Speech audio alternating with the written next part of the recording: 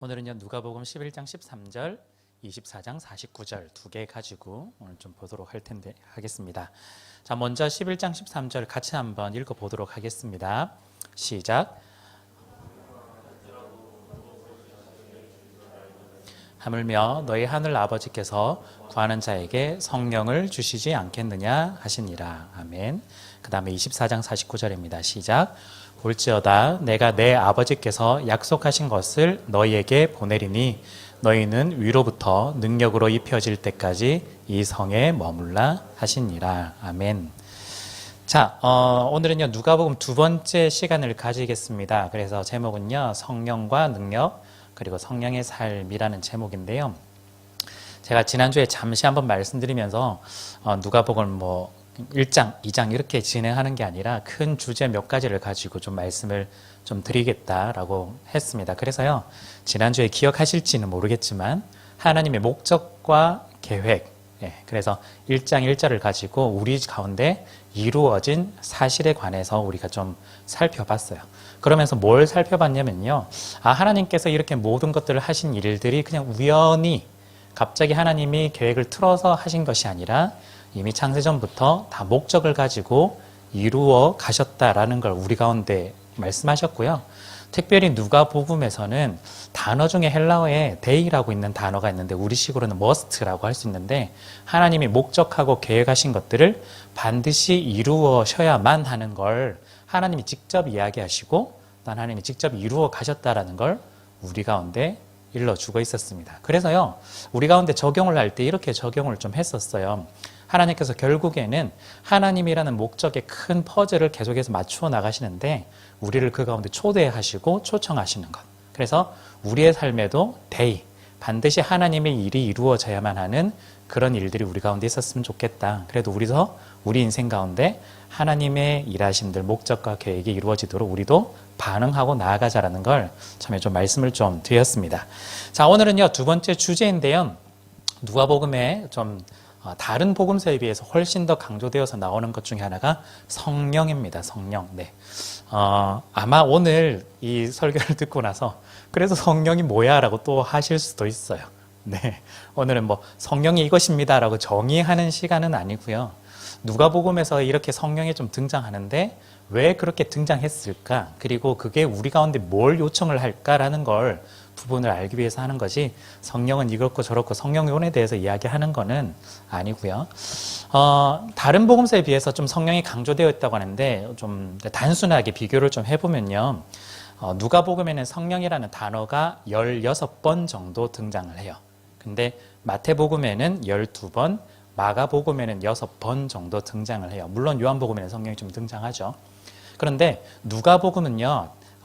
다시 한 번 더 기억하시면 참 좋은 게 마치 누가복음이 전반부, 후반부가 있다면 누가복음이 전반부가 되고 사도행전이 후반부가 돼요. 네, 연결된 책이에요. 그래서 누가복음이 시리즈의 1이라고 한다면 사도행전은 시리즈의 2 같은 그런 의미고요. 그래서 누가복음과 사도행전은 연이어서 보시면 훨씬 더 좋고요. 사도행전은 그렇다면 성령에 관한 이 단어가 몇 번이나 등장할까? 무려 57번 정도 등장한대요. 누가복음과 사도행전이 다 누가가 적은 거거든요. 그래서 이 두 가지를 연속해서 본다면 한 세트로 본다면 무려 성령에 관련된 이야기가 70번이 넘게 반복돼서 등장합니다. 즉 그 말은요. 사도행전이 성령에 관한 이야기, 성령님께서 어떻게 교회들 가운데서 일을 이루어 나가실까라는 이야기 가운데 누가복음은 마치 그 일을 하기 위한 밑거름, 밑바탕, 지금 약간 다져놓는 기간이라고 볼 수가 있어요. 그래서 성령이란 이야기가 사도행전에 비해서는 조금 적게 등장하겠지만 그럼에도 다른 복음서보다 훨씬 더 많이 등장하면서 앞으로 성령 이야기가 훨씬 더 많이 나올 거라는 걸 미리 일러주고 있는 거죠. 그래서 누가복음 하면 다른 이야기, 다른 이미지를 떠올리셔도 되는데 생각보다 성령이 많이 등장하는구나. 그리고 이 성령이 사도행전하고 연결되는구나를 기억하신다면 훨씬 더 또 재미있게 또한 좀 더 좀 흥미진진하게 읽어보실 수가 있어요. 우리 방금 오늘 본문에서 읽어본 것처럼요. 11장 13절에 자녀가 악한 부모가 자녀에게도 좋은 거 주는데 다른 본문 같은 경우에는 떡을 주기도 하고 빵을 주기도 하고 이런데 오늘 누가복음에는 성령을 줄 거다 이런 식으로 표현하면서 제일 좋은 선물들을 줄 거다. 계속해서 그 이야기를 아마 누가복음은 계속해서 반복해 나갈 겁니다. 자, 그렇다면요. 오늘 성령의 사역, 특별히 성령의 능력, 성령의 삶 이야기를 했는데 성령님께서 어떻게 일들을 하셨고 또한 그 가운데 우리와의 관계도 조금 살펴볼 텐데요. 오늘은 저희 그 주보에 나눠드린 대로 보면 세 가지밖에 안 적혀 있어요. 그게 큰 포인트입니다. 오늘 그 세 개로 나눠질 건데요. 보시면은 예수님을 기다리는 사람들이 첫 번째 등장하고요. 그 다음에 중간에 이제 예수님이 진짜 오시죠. 그리고 예수님이 오시고 나서 승천한 이후에는 예수님을 따르는 사람들이 남을 거예요. 아시겠죠? 예수님을 기다리는 사람들, 그래서 실제 예수님이 오셨어요. 그리고 예수님이 다시 승천하시고 나면 예수님을 따르는 사람들이 있겠죠. 그래서 예수님을 기다리는 사람들은 예수님 오기 직전의 사람들이 관한 이야기고, 실제 예수님은 오늘 예수님에 관해서 잠시 말씀드릴 거고요. 그 다음에 예수님을 따르는 사람들은 곧 우리의 이야기예요. 그래서 구분이 확실하게 가시죠. 근데 미리 좀 결론 부분을 말씀드린다면, 먼저 말씀을 드린다면, 예수님을 기다리는 사람들도 성령의 인도함을 받아서 기다리고 있었고, 예수님도 사역을 하실 때 그냥 본인 마음대로 하신 게 아니라 성령님의 인도하심을 따르면서 사역을 하셨고, 결론적으로 예수님을 따르는 사람들은 그렇다면 성령의 인도함을 받아서 예수님을 따라가야 된다라는 걸 오늘 말씀을 드릴 거예요. 네, 끝. 네. 네. 그걸 이제 조금 더 오늘 본문을 좀 살펴볼 텐데요. 먼저 예수님을 기다리는 사람들입니다. 말씀드렸던 것처럼 예수님을 기다릴 때 성령님의 인도하심으로 이 사람들은 기다렸어요. 네, 중요합니다. 그리고 누가복음에는 본문이 예수님이 오시기 직전에 1장과 2장에 몰아서 다 나오거든요. 물론 등장인물들은 훨씬 더 많습니다. 저희가 여기에 보면은 엘리사벳과 사가랴, 세례 요한의 어머니 아버지고요. 그 다음에 시므온, 그 다음에 마리아 이렇게 등장하는데, 이 외에도 세례 요한도 등장하고 안나도 있지만 성령이라고 아예 직접적으로 연결된 부분들, 물론 다른 부분들도 성령이 연결되어 있지만 우리가 좀 찾아볼 때 이해하기 쉽게 만들도록 제가 이 사람들만 일부러 조금 더 뽑아봤어요. 그래서 1장과 2장에 예수님을 기다리는 사람들이 딱 등장했는데 어떻게 성령의 인도하심으로 나아가고 있을까? 그걸 한번 좀 보려고 해요. 먼저 엘리사벳과 사가랴인데요. 요한의 부모입니다. 그래서 이 사람들은 천사가 딱 나타났을 때 아이를 낳을 거다. 그래서 이 아이가 많은 사람들을 주님께로, 하나님 앞으로 돌아오게 만들 거고, 또한 예수님 먼저 앞서서 세례요한 역할 혹시 기억나시죠? 주님이 오실 길을 예비하는 그런 선지자의 역할을 감당했습니다. 자, 그래서 특별히 엘리사벳은 어떻게 나와 있느냐? 누가복음 1장 41절 2절에 보니까 엘리사벳이 마리아가 무난함을 들음에 아이가 복중에서 뛰노는지라. 이 아이는 세례 요한을 말해요. 엘리사벳이 성령의 충만함을 받아서 예언을 하는 거죠. 큰 소리로 불러 이르되 여자 중에 네가 복이 있으며 내 태중의 아이도 복이 있도다. 마리아에게 정말 복이 많다. 그리고 그 아이 예수 그리스도도 복이 많다라는 예언을 하게 돼요. 성령의 충만함을 받아서 예수 그리스도를 기다리는 장면이라고 볼 수가 있어요. 그리고 또 아버지 사가랴는요, 1장 67절에 그 부친 사가랴가 성령의 충만함을 받아 예언하여 이르되, 그 이야기는 성경책으로 보시면 될 것 같아요. 네. 예언을 했습니다. 그래서 이런저런 이야기들이 결국에는 중요한 포인트는 뭐냐면요. 오늘 구절 되게 많을 텐데 이 구절이 말하는 게 뭐지? 이게 아니라 성령의 인도함을 받아서 모든 것들을 해나갔구나만 생각하셔도 훨씬 더 괜찮으실 거예요. 엘리사벳과 사가랴가 그랬습니다. 자, 그 다음에 또 등장한 인물이 한 사람 더 있는데요. 시므온이라고 있었어요. 이 시므온은요, 이런 지시를 받았어요. 네가 메시아를 보기 전까지, 그 헬라어로는 그리스도를 보기 전까지는 죽지 않을 거야 라는 그런 지시를 받았습니다. 그래서 이 사람이 이제 실제 어린 아기 예수님을 딱 만나고 나서 이렇게 이야기를 하는 거예요. 자, 그래서 누가복음 2장에는 이렇게 나옵니다. 예루살렘에 시므온이라 하는 사람이 있으니 이 사람은 의롭고 경건하여 이스라엘의 위로를 기다리는 자라. 성령이 그 위에 계시더라. 묘사를 하고 있죠. 성령님이 함께 계신다. 그래서 뭐라고 하냐면 그가 주의 그리스도를 보기 전에는, 즉 예수님을 보기 전까지는 죽지 아니하리라 라는 성령의 지시를 받았더니 또 등장하죠. 한 번 더 등장합니다. 성령의 감동으로 성전에 들어가니까 마침 예수님의 부모가 율법의 관례대로 행하고자 하여 그 아기 예수를 데리고 오는지라. 그래서 만나게 되는 거예요. 여기서도 보면 이제 성령의 감동으로 성전에 들어가는데 마치 우리는 우연이라고 말할 수도 있겠지만 성령의 감동되어 인도함을 받아서 마치 우연인 것 같았지만 그게 하나님의 목적과 계획하심에 따라서 이 예수님의 부모를 만나고 또한 아기 예수를 만나면서 그대로 예언하고 시므온은 이후에 편안히 천국을 갔겠죠. 죽지를 못하니까. 오히려 죽지 못하는 그런 고통 속에 있었을 텐데 오히려 위로를 기다리면서 평안하게 하나님께서 놓아주시는구나 라고 고백을 하게 돼요. 즉 시므온도 예수님을 기다리는 사람이었는데 어떻게? 성령의 인도함을 받아서. 그 다음에 마리아, 예수님의 어머니 마리아죠. 마리아가 보면 동정녀라고 우리가 보통 이야기하는데 그러니까 성관계 없이 성령으로 잉태된 걸 이야기를 합니다. 즉 인간의 몸에서 태어나지만 우리 인간의 몸에서 태어남에도 불구하고 죄가 없는 걸 특징적으로 가지고 있는 게 이런 케이스라고 볼 수 있는데요. 마리아가 천사를 만났을 때 이렇게 이야기해요. 천사가 대답하여 이르되 성령이 내게 임하시고 마리아에게 이야기하는 거예요. 지극히 높으신 이의 능력이 너를 덮으시리니 이러므로 나실 바 거룩하시니 예수님은 하나님의 아들이라 일컬어지리라 하면서 성령의 잉태함, 성령으로 임하셔서 마리아가 아기 예수를 낳게 될 거라는 걸 이야기를 하고 있어요. 자, 이처럼 우리가 몇 사람을 좀 봤는데요. 자, 특징적인 게 뭐냐면 누가복음에서 이렇게 강조하는 게 그냥 예수님 오시니까 뭐 이렇게 기다렸겠지, 예수님 오시니까 만났겠지 이런 게 아니라 다 성령의 충만함으로 기다리고 기대하며 예수 그리스도를 만났다라는 거예요. 자, 기다리는데 누구를 기다리느냐? 기다렸느냐? 예. 제가 원래 좀 발음을 잘 못해요. 네, 기다렸느냐? 이 목표는 예수 그리스도라는 거예요. 예수님을 기다리고 예수님을 기대하고 예수님을 만나기 위해서 지금껏 이 사람들이 계속해서 삶을 살아왔다라는 겁니다. 자, 그런데 중요한 건요, 이 사람들의 역할은 예수님을 기다리는 게 역할이었어요. 그래서 누가복음 1장과 2장에만 등장하고 그 이후는 등장하지 않아요. 네, 이 사람들의 역할이 끝난 거예요.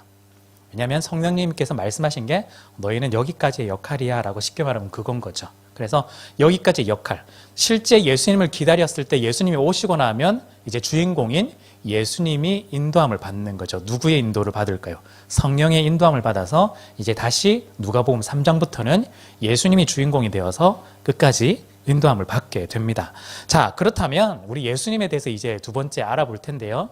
예수님을 기다리는 사람들도 성령의 인도함을 받았다면 예수님이 오셨을 때 이 예수님도 혼자 마음대로 했을까? 그게 아니라 예수님도 성령의 인도함을 받았습니다. 그래서 예수님의 사역의 특징이 뭐라고 얘기하냐면요, 성령으로 인도하심을 받고 성령으로 이루어진 사역이다라고 이야기를 하기도 합니다. 즉 예수님의 사역 자체가 성령님의 사역이라고 이야기를 할 수가 있어요.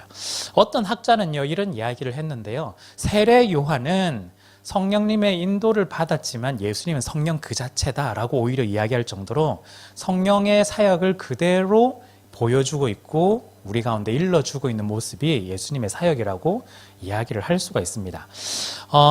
우리가요, 그 교회에서 우리가 자주 이야기하면은 이제 성부, 성자, 성령, 삼위 하나님 이야기를 참 자주 하잖아요. 그러다 보면 우리가 간혹 착각하는 게 뭐냐면 사실은 하나님은 한 분인데, 그러니까 독특한 위격, 그러니까 인격을 가지고 있어서 그 인격이 세 가지라는 걸 이제 표현하기 위해인데 우리가 하다 보면 마치 꼭 하나님이 세 분인 것처럼 뉘앙스가 그렇게 표현되고 우리가 또 그렇게 자꾸 인식을 하는 거예요. 성부 하나님이 성자 하나님, 성령 하나님. 그런데 사실은 하나님 한 분이거든요. 그래서 여러분들이 성부 하나님 이야기를 듣고 성자 예수님 이야기도 듣고 성령 하나님 이야기도 들을 때 사실은 머릿속에 어떤 걸 자꾸 생각하셔야 되냐면 우리 가운데 삼위 하나님이 우리 가운데 계속해서 일하고 계신다는 걸 기억을 해야 돼요.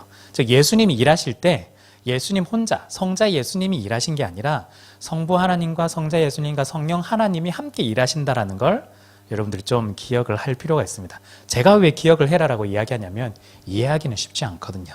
네, 그래서 이해를 해야 된다라기보다는 기억을 하시고 그렇게 접근을 하시면 좋겠습니다. 그래서 예수님의 사역은 성령님의 사역이다라고 말할 수가 있죠. 자, 그렇다면 구체적으로 예수님의 사역은 어떤 사역이었을까? 누가복음 본문의 몇 가지를 좀 볼 텐데요. 하나는 처음에 세례받을 때 이런 일들이 일어나요. 세례 때 보니까 누가복음 3장에 이런 말씀이 있는데 여기 보면은 성부, 성자, 성령의 모습이 다 나타나거든요. 백성이 다 세례를 받을 때 예수도 세례를 받으시고 기도할 때에 하늘이 열리며 성령이 비둘기 같은 형체로 그의 위에 강림하시더니 하늘로부터 소리가 나기를 너는 내 사랑하는 아들이라 내가 너를 기뻐하노라 하면서 성부 하나님의 목소리까지 일부러 여기 좀 표현을 하고 있습니다. 그래서 예수님께서 사역의 시작할 때 성령님의 함께 하심으로 사역을 시작했다는 거예요. 즉 세례를 받은 이후로부터 예수님이 일을 하셨거든요. 그 전까지 일 안 하셨고요. 그 전까지 일을 안 하신 이유는 성령님의 함께 하심을 보여주지 않았기 때문에 함께 하심을 보여주고 시작을 하셨습니다. 그 다음에 예수님께서 세례를 받고 나서 그 다음에 당장 뭘 받으셨냐면 시험을 받으셨어요. 그래서 누가복음 4장에 가니까 마귀가 예수님에게 3가지 시험을 하거든요. 그때 예수께서 성령의 충만함을 입어 요단강에서 돌아오사 광야에서 40일 동안 성령에 이끌려 마귀에게 시험을 받으시더라.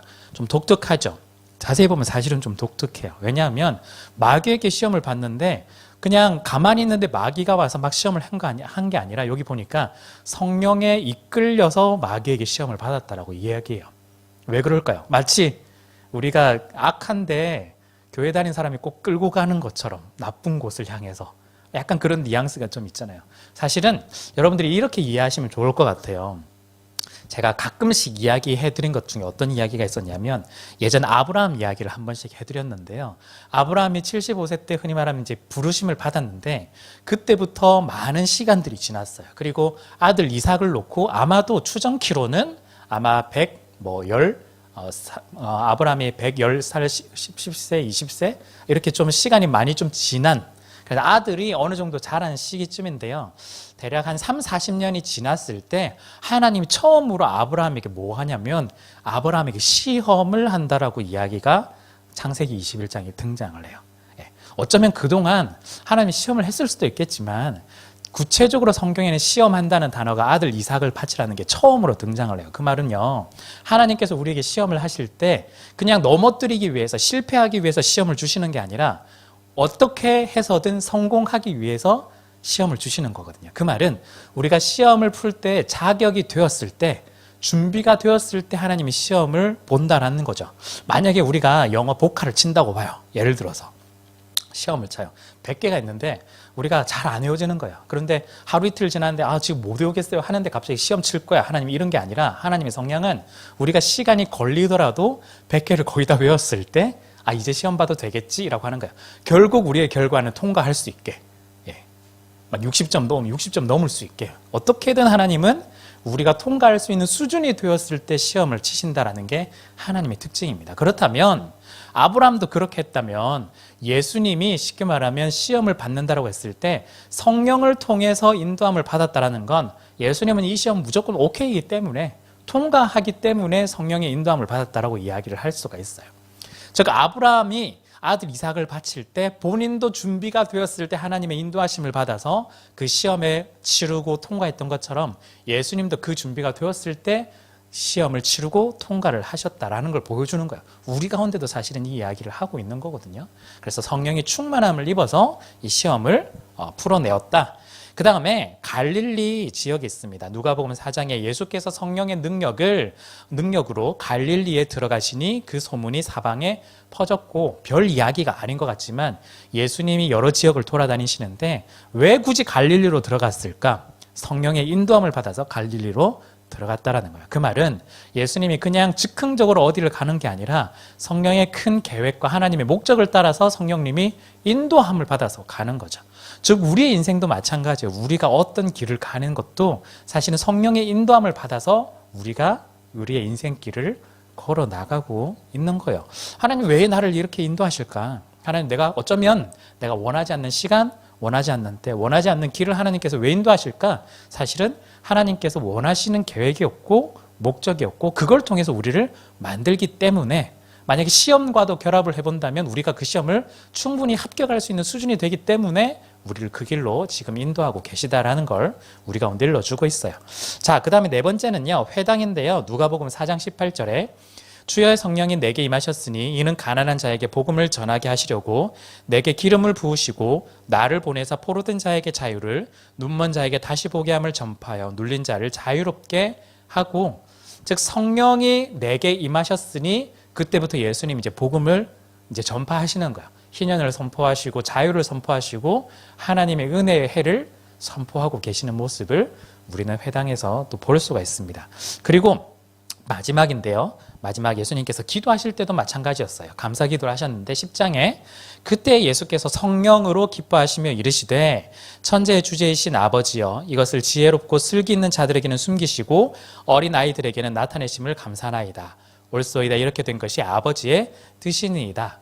즉 성령의 충만함으로 기뻐하며 기도하고 하나님의 뜻을 분별할 수 있다는 걸 우리 가운데 이야기를 하고 있어요. 자, 제가 여러 가지를 말씀드렸는데 사실은 어떤 세부적으로 이렇게 했어 라기보다는 예수님도 그냥 일하신 게 아니라 성령의 인도함을 받아서 일하셨구나를 여러분들이 기억을 하실 필요가 있다는 거예요. 이 사역이 예수님의 사역이 이후에 사도행전까지 이루어지게 되고 연결되게 됩니다. 자, 그렇다면요, 이제 우리가 예수님을 기다리는 사람들, 그리고 실제 예수님이 오셨을 때까지 다 봤는데, 그렇다면 이제 예수님이 십자가에서 죽으시고 부활하시고 승천하신 이후 우리가 예수님을 따르는 사람들이 이제 남았어요. 이 땅 가운데. 바로 우리들이거든요. 이제 우리들은 어떻게 해야 될까라는 걸 사실은 여기서 제일 중요한 부분으로 우리는 좀 확인을 해봐야 될 것 같아요. 당시 성령의 사역을 우리가 좀 이렇게 살펴봤는데 왜 이렇게 누가복음은 성령의 사역을 강조하고 있고 또한 성령의 사역을 통해서 우리는 어떻게 좀 적용을 해야 될까? 바로 쉽게 말하면 처음에 결론적으로 말씀드렸지만 우리 또한 성령의 인도하심을 받아서 예수님을 따르는 그런 삶을 우리도 살아가야 된다는 걸 우리 가운데 일러주고 있죠. 자, 그래서요, 우리가 성령님과 우리의 관계, 우리와 예수님과의 관계를 우리가 한번 좀 살펴볼 필요가 있습니다. 제가 이런 것도 이 부분도 조금 자주 좀 반복해서 말씀을 좀 드리는데요.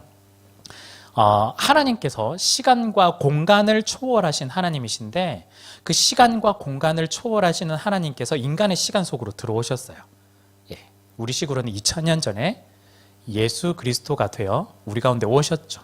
즉 인간의 시간이라는 한계점 안에 인간의 공간이라는 그 한계 안으로 일부러 하나님께서 오신 거죠. 오신 거예요. 네. 그래서 예수 그리스도가 되셨죠. 예. 그 예수님이 문제는 우리랑 무슨 관계냐 하는 거예요. 2000년 전의 사람 이야기잖아요. 2000년 전 이야기잖아요. 우리는 실제 본 적도 없고 단지 그냥 성경책에 적혀 있을 뿐 우리는 그것 가지고 여기 앉아 있잖아요. 왜 여러분들은 여기 앉아 있네요? 그게 중요한 거예요. 시간과 공간을 초월하시는 하나님께서 인간의 시간 속으로 들어오셨는데 그렇다 치더라도 거기까지 오케이라고 할지라도 그게 우리랑 무슨 관계냐 할 때 그 연결점을 이어주는 그 다리의 역할을 누가 하시느냐? 성령님이 하신다라는 거예요. 성령님이 오셔서 성령님이 우리가 예수 그리스도를 믿을 수 있도록 그 모든 앞전에 있었던 이야기들이 나의 이야기가 될 수 있도록 만들어주시는 분이 성령 하나님이라는 거예요. 여러분들은요, 지금 사실은 이 자리에 앉아 있는 게 그냥 여러분들이 생각에, 의지에, 계획에 그냥 합리적으로 뭐 어떻게 계산해 보니까 맞아서 그게 아니라 성령 하나님의 인도하심으로 이 자리까지 오게 된 거예요. 물론 여러분들의 믿음을 스스로 보기에는 완전한 믿음일 수도 있고 또한 때로는 흔들리는 믿음이 될 수도 있고 때로는 헷갈리는 믿음일 수도 있겠지만 그럼에도 불구하고 내가 예수 그리스도를 그래도 의지하고 믿고 나아간다라는 건 사실은 성령 하나님이 아니고서는 이 자리로 우리가 올 수 없다라는 거죠. 그 예수님의 사건이 우리의 사건이 될 수 있도록 성령님이 우리 가운데 인도해 주셨습니다. 성령님은요, 예수 그리스도가 승천하신 이후에 계속해서 일을 하셨어요. 초대교회 때도 계속해서 일을 하셨고 그 이후에 성령님은 일을 하셨고요. 그래서 지금까지 여기까지 우리가 이어져 오게 된 거예요. 중간에 아무런 일이 없었다가 갑자기 등장한 게 아니라 2000년 동안 계속해서 성령님은 일을 하셔서 오늘날 우리 2022년까지 이어져 오게 된 거라는 거죠. 그래서 다시 한번 반복해서 말씀을 드리면 자막에 있는 것처럼요. 2000년 전에 시간을 공간을 초월하신 하나님이 2000년 전에 예수 그리스도로 우리의 인간의 시간과 공간 속에 들어오신 후에 이제 2000년이 지나서 오늘날 우리에게 성령으로 그 모든 일들을 적용을 해 나가신다라는 거예요. 자, 그렇기 때문에요. 우리가 성령을 통해서 적용되는 이 이야기가 단지 그냥 예수 그리스도 2000년 전의 이야기로 끝나는 것이 아니라 지금 우리의 이야기로 이어지게 되어 있고요. 그렇다면 우리가 지금 예수 그리스도를 믿고 따른다면 우리는 어떻게 살아가야 되느냐? 즉 성령으로 사역하신 예수님처럼 우리도 성령을 따르는 사람들이 성령으로 우리 가운데 인도함을 받는 우리의 삶이 반드시 우리 가운데 있어야 된다라는 거예요. 자, 예수님이 오셨어요. 예수님을 기다리는 사람들 보면 예수님을 기다리는 사람들은 성령의 인도하심을 기다렸죠. 예수님은 성령의 인도하심을 따라 사역을 했습니다. 그렇다면 우리 오늘날 그리스도인이라고 불리는 우리는 성령의 인도하심을 따라서 움직여야 되는 거예요. 너무 중요합니다. 성령의 인도하심을 따라서 움직여야 돼요. 그래서 우리를 뭐라고 이야기를 할 수 있을까? 즉 예수를 따르는 사람은 곧 성령을 따르는 사람들입니다. 우리는요, 성령으로서 우리의 삶을 반드시 계속해서 이루어 가야 하는 거죠. 성령님 보이지도 않는데. 네. 성령님 우리 마음 가운데 계신다고 성경은 이야기하고 있거든요. 그렇다면 되게 간단해요. 사실은 하나님이 우리의 마음 가운데 있다면 여러분들이 질문을 하는 거예요. 내가 하는 말과 행동, 내가 하는 그런 삶의 습관과 태도들 모두들을 딱 놓고 질문을 하는 거죠. 내 마음 가운데 계신 하나님이 내가 하는 모든 것들을 좋아하실까? 좋아하지 않으실까? 굉장히 간단해요. 우리가 하나님이 좋아하실 것 같은 삶을 살아가는 게 사실은 성령이 이끄는 삶인 거죠. 하나님이 원하지 않을 것 같은 느낌이 오거든요. 왜냐하면 우리는 성령이 계신 삶을 살아가고 있기 때문에. 근데도 불구하고 하나님이 원하지 않는 우리가 삶을 살아간다면 우리는 사실은 성령을 거스르는 삶이 될지도 모르겠습니다. 예수를 따라가는 삶이 아닌 거죠. 그래서 우리는 성령을 따라가는 삶을 이루기 위해서 스스로에게 좀 질문을 해보셔야 되겠습니다. 자, 우리에게 성령을 따라가는 삶을 살아갈 때 무작정 그냥 알아서 잘 따라가 이렇게 하지는 않으셨어요. 우리가 계속해서 누가복음을 이렇게 살펴보고 있는데 누가복음 속에서 우리에게 필요한 능력들을 우리 가운데 주신다라고 이야기를 하고 있거든요. 몇 구절만 한번 보겠습니다. 자, 먼저 누가복음 11장 13절 오늘 본문인데요. 우리 같이 한번 읽어볼까요? 같이 한번 읽겠습니다. 시작. 너희가 악할지라도 좋은 것을 자식에게 줄 알거든 하물며 너희 하늘 아버지께서 구하는 자에게 성령을 주시지 않겠느냐 하시니라. 구하는 자에게 성령을 준다. 가장 하나님께서 우리에게 주실 수 있는 최고의 선물을 우리 가운데 주신다라고 이야기를 하고 있어요. 구하는 자에게. 그렇기 때문에 여러분들 구하시기 바랍니다. 성령이 우리 가운데 충만해질 수 있도록 여러분들이 구하셨으면 좋겠어요. 내 삶이 하나님이 원하는 삶이 될 수 있도록 성령님이 인도하는 삶이 될 수 있도록 하나님 저 좀 도와주십시오. 그럴 때 하나님께서는 최고의 선물인 성령으로 우리 가운데 충만함을 입혀주신다라고 분명하게 이야기를 하고 있어요. 자, 그 다음에 누가복음 12장에 보니까 이렇게 이야기를 하고 있는데요. 12장 12절을 한번 읽어볼까요? 같이 읽겠습니다. 시작. 마땅히 할 말을 성령이 곧 그때에 너희에게 가르치시리라. 성령이 우리 가운데 주시는 능력 중에 하나입니다. 이 맥락은요, 사실은 예수 그리스도를 믿지 않는 사람들에게 이야기를 할 때, 복음을 전할 때 무슨 말을 해야 될지 모를 때 그때 성령께서 우리에게 마땅히 할 수 있는 이야기들을 만들어 주겠다라고 약속을 해주시는 장면이에요. 이 말은요, 우리가 예수 그리스도를 믿고 있고 또한 살아가는 데 있어서 우리가 어떤 말을 해야 되고 어떤 태도를 취해야 되는 것들인지를 성령님께서 우리 가운데 가르쳐 주신다는 뜻이에요.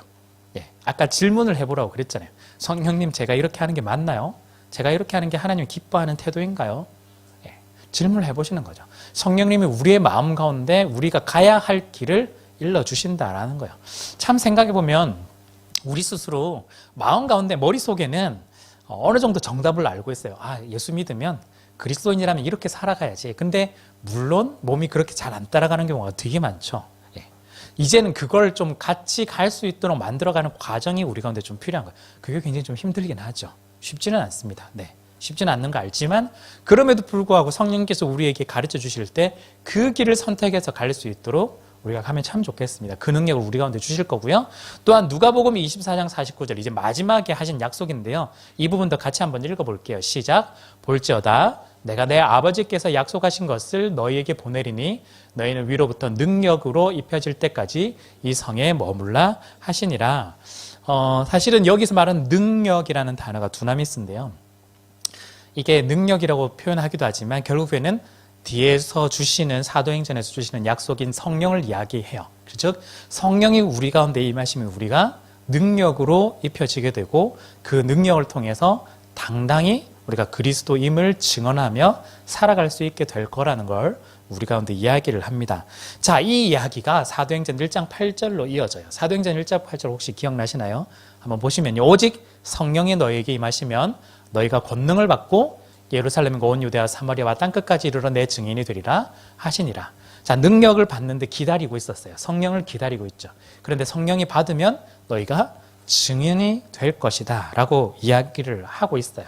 자, 실제 이 증인이 되었을 때 우리가 생각하는 증인은 한 가지밖에 없어요. 보통 그냥 전도하는 사람, 복음 전하는 사람, 그러니까 어떤 행위로만 봤을 때 말로서만 선포하는 사람이라고 우리가 생각하기 마련인데 그건 기본일 거고요. 플러스 한 가지가 더 있습니다. 이게 어쩌면 여러분들이 성령으로 살아가는 삶이 어떤 것인지를 힌트를 조금 줄 수 있을 것 같아요. 어떻게 살아가는 것이 성령으로 살아가는 삶일까? 그게 사도행전 2장 42절에서 47절에 나오는데요. 조금 길긴 하지만 한번 읽어보실 수 있으실까요? 제가 좀 가리고 있나요? 네. 네. 같이 한번 좀 읽어보겠습니다. 시작.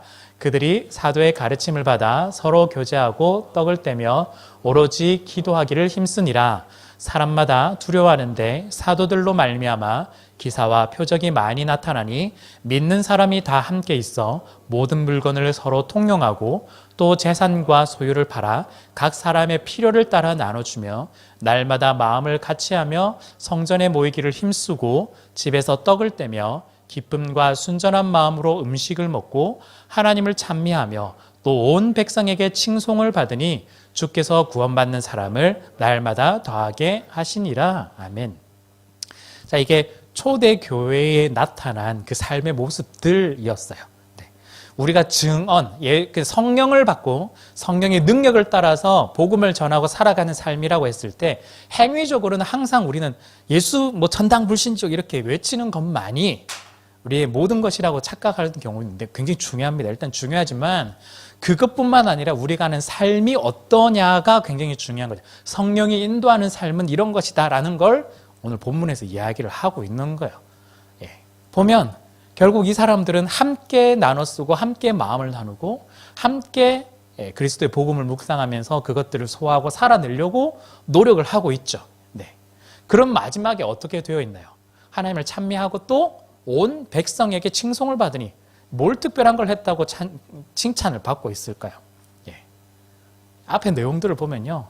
그냥 자기 이익만 생각한 것이 아니라 옆에 사람들을 생각하고 또 옆에 사람 돕고 손 내밀고 나눠주고 같이 그냥 우리끼리 마음 모아가지고 하나님 찬양하고 그렇게 했는데 사람들이 되게 좋아하는 거예요. 그러니까 세상의 방식이 아니라 성령은요. 세상이 원하는 방식이 아니라 하나님이 원하는 목적과 뜻에 따라 이루는 삶을 살아가면 세상 또한 자기들이 추구했던 것들이 맞다라고 순간 생각했지만 우리의 모습을 보고 아, 저게 맞는 거구나. 저게 진짜 인간된 사람의 모습이구나. 이 모습이야말로 진정한 모습이구나를 깨닫고 칭찬하고 칭송을 하게 되는 거죠. 어쩌면요. 지금껏 꼭 여러분들이 잘못한 건 아니지만 우리 한국 기독교를 봤을 때는 좀 안타까운 일들이 되게 많잖아요. 세상으로부터 지탄을 굉장히 많이 받잖아요. 그렇다면 우리가 뭘 잘못했을까? 그래서 좀 돌아볼 필요가 있는 거죠. 여러분들 스스로에게도 내가 혹시 기독교가 욕먹는데 한 몫을 하고 있는 건 아닐까? 한번 돌아보는 필요가 있는 거죠. 성령의 인도함을 받는 사람들, 예수 그리스도를 기다리고 예수님께서 성령의 인도함을 받아서 모든 사역들을 해왔다면 우리 또한 성령의 인도함을 받아서 이러한 사람들의 삶을 계속해서 실천해 나가고 드러낼 필요가 있다는 거예요. 그래서 우리끼리만 이것이 아니라 세상에 알지 못하는 사람들에게도 도움의 손길을 내밀고 그 사람들과 함께하며 그 사람들에게 사랑을 나누어주고 그럴 때 결국 자연스럽게 요구하지 않아도 그 사람들에게 요구하지 않고 강요하지 않아도 그 사람들은 우리를 향해 칭송을 하게 되고 그 사람들은 우리가 믿는 것이 정답이구나를 따라가면서 구원받는 사람이 날마다 더하게 주님께서 이루어 나가신다라고 이야기를 하고 있다라는 거죠. 그래서 여러분들에게 조금 고민이 조금 여러분들 하셔야 돼요. 네. 제 설교 스타일은 뭔가 정답이 없는 흐지부지한 네. 마지막 항상 좀 그런데 여러분들이 좀 고민을 하셔야 돼요. 왜냐하면 각자의 케이스가 좀 다르고요. 삶의 케이스가 다르고 상황이 다르기 때문에 내가 있는 지점에서 내가 생활하는 곳에서 어떻게 하면 성령의 인도하심을 따라서 예수님을 따라갈 수 있을까? 성령의 인도하심을 따라서 예수님의 모습을 내 삶 가운데 드러낼 수 있을까를 좀 고민할 필요가 반드시 있습니다. 여러분들이 꼭 고민하셨으면 좋겠습니다. 자, 말씀을 한번 좀 정리를 해볼까요? 오늘 특히 말씀을 좀 볼 텐데요. 좀 정리를 해볼 텐데요. 먼저 첫 번째는 성령의 인도함을 받아야 된다는 이야기를 좀 말씀드렸어요. 예수님을 기다리는 사람들, 또한 예수님을 따르는 사람들 모두가 동일한 포인트가 있는 거죠. 다 성령의 인도함을 받아서 기다렸고, 성령의 인도함을 받아서 예수님은 사역하였고, 우리가 성령의 인도함을 받아서 우리는 그 삶을 계속해서 살아나가야 한다라는 거예요. 네. 어떻게 하면 내가 성령의 인도함을 받아서 살아나갈 수 있을까? 예수님을 따라갈 수 있을까? 이 질문 한번 해보시고요. 두 번째는 우리와 예수님과의 관계를 다시 한번 더 좀 정리해 볼 필요가 있을 것 같아요. 중간에 좀 말씀드린 것처럼 시간과 공간을 초월하신 그 하나님께서 인간의 시간과 공간 속에 들어오셨고, 또한 우리의 2000년 이후에 우리의 인생 가운데서 그 예수님의 이야기가 나의 이야기가 될 수 있도록 성령님께서 만들어 주셨어요. 그래서 하나님의 일과 또한 그리스도의 사역의 모든 것들을 잘 이해하고 깨닫고 받아들일 수 있게 성령님이 우리 가운데 하셨다면, 우리가 예수 그리스도를 붙잡고 따라가는 삶이 우리 가운데 반드시 필요할 것 같아요. 그리고 세 번째는요, 예수님을 따르는 삶은 반드시 성령의 삶이라는 것. 즉 아까 1번과 2번이 합쳐진 거예요. 예수님을 따르는 삶이 바로 성령의 삶이라는 걸 우리가 좀 기억을 할 필요가 있겠습니다. 오늘 아까 사도행전 2장의 말씀도 좀 봤고요. 성령의 능력 몇 가지를 또 보긴 했지만, 여러분들이 그 말씀들을 좀 힌트 삼아서 내 삶 가운데 어떻게 하면 성령님을 잘 따르고 또한 예수 그리스도를 잘 따라갈 것인지를 여러분들이 고민해 보시고 한번 적용해 보시고 좀 결단을 해 보시면 좋겠습니다. 여러분, 우리는요, 예수님을 따르는 삶을 살아가는 사람들이에요. 그렇다면 예수님께서 성령을 따라갔듯이 우리도 성령을 따르는 삶이 반드시 되어야 됩니다. 우리 가운데 성령의 충만함을 일으켜달라고 좀 간구하셨으면 좋겠고요. 하나님, 제가 성령 충만한 삶을 살 수 있도록 도와주십시오. 간구하셨으면 좋겠고요. 더불어서 하나님, 제가 예수님을 따라갈 수 있도록 인도해 주십시오. 여러분들이 좀 간구하셨으면 좋겠습니다. 그래서 올 한 해 2022년 그냥 매년 똑같은 그냥 교회에 나오는 그런 인생이 아니라 진짜 예수님 좀 따라가고 성령님을 좀 붙잡고 인도함을 받아서 살아갈 수 있는 여러분들이 되셨으면 좋겠습니다. 물론 각 케이스는 여러분들이 좀 찾아보시면 좋겠어요. 네.